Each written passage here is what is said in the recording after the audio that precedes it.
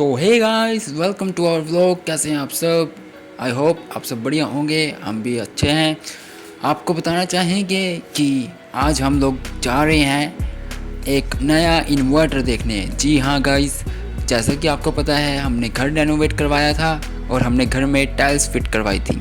उस फिटिंग के दौरान जो हमारे मिस्त्री थे यहाँ पे, जो भैया कर रहे थे काम, उन्होंने गलती से एक प्लग था जो अपनी कटर वाली मशीन का प्लग लाइट जाने पर इन्वर्टर वाले प्लग पे लगा दिया था, जिसकी वजह से जो इन्वर्टर हमारा इतना लोड ले नहीं सका, जिसके वजह से वो ख़राब हो गया।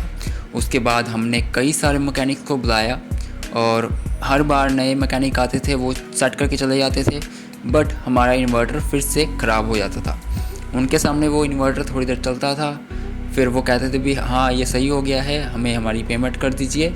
थोड़ी देर बाद जब लाइट जाती थी बहुत बड़ा कट लगता था और साथ के साथ वो बंद हो जाता था। अभी पिछले थोड़े दिनों से ऐसा हो रहा था कि वो इन्वर्टर जब लाइट जा रही है, अगर आपका एक पंखा या एक लाइट चल रही है, साथ के साथ वो बंद हो जाता था।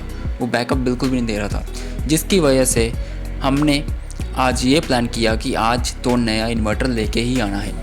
तो आज वहीं गए थे और वहाँ पे जाके हमने ये पूरा चेक किया, पूरे इन्वर्टर वगैरह का, कि कहाँ से हमें इन्वर्टर लेना चाहिए।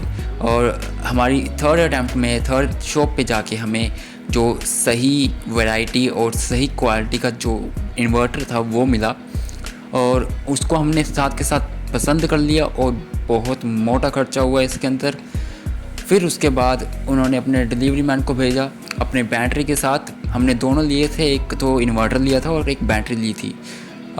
इन्वर्टर हम अपनी गाड़ी में रख के साथ में ले आए थे और बैटरी उनके डिलीवरी मैन देने आए थे।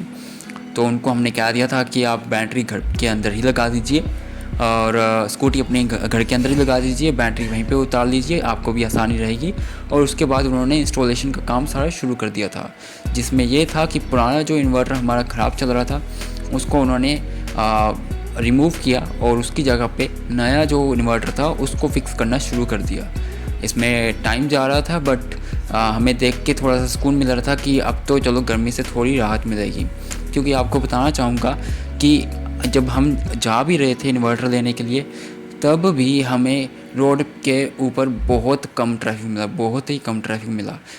मान के चलिए भी इतनी गर्मी पड़ रही है कि कोई अपने घर से बाहर निकलने को तैयार ही नहीं है। और घर में रह के तो जीना ही मुश्किल हो रहा है, घर में तो इतना ज़्यादा टेम्परेचर हो जाता है, एसी भी फेल हो रखे हैं।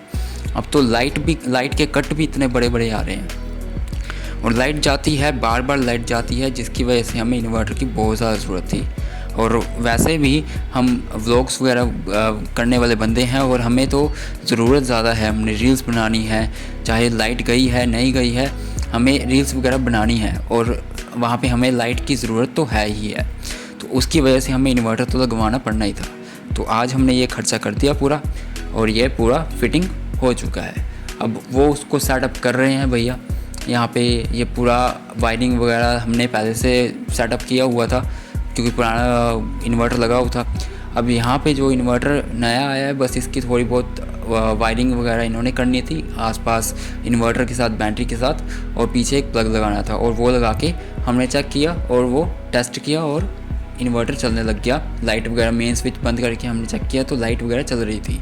और इसके ऊपर हमें बताया गया है कि एक टाइम के ऊपर 4 से 5 पंखे चल सकते हैं और 4 से 5 ही इसके ऊपर ट्यूबलाइट्स चल सकती हैं एक टाइम के ऊपर। और इसका बैकअप कुछ 8 से 9 घंटे का बैकअप है। पर फिर भी हम अभी भी जो लाइट वगैरह इसको इंस्टॉल करने के बाद भी अगर कोई लाइट जाती है तो हम फिर भी एक ही पंखा चलाते हैं, क्योंकि हमें फिर भी यही रहता है कि इससे इसकी शायद बैटरी लाइफ जो है वो अच्छे से परफॉर्म करेगी और आने वाले सालों में हमें कोई ज़्यादा दिक्कत देखने की ना मिले। इसलिए हम कोशिश करते हैं कि जितना सेफ़ चला जाए उतना ही सेफ़ चले। तो इतना ही था आज का हमारा व्लॉग। आप लोगों ने इस व्लॉग को देखा उसके लिए धन्यवाद, थैंक यू सो मच। आप ऐसे ही हमें सपोर्ट करते रहिए, ऐसे ही हमारे वीडियोस आते रहेंगे। अगर आपको हमारी वीडियो अच्छी लगी तो चैनल को लाइक, शेयर और सब्सक्राइब ज़रूर करें और हमें ज़रूर बताएं कमेंट्स में कि आपको हमारा ये व्लॉग कैसा लगा। अगर अच्छा लगा तो भी बताइए, अगर नहीं अच्छा लगा तो भी बताइए। इससे हमें मोटिवेशन मिलती है और हमारी गलतियों का पता चलता है, जिससे हम अच्छा कंटेंट बनाने की फ्यूचर में कोशिश करेंगे। Thank you so much. Have a wonderful day.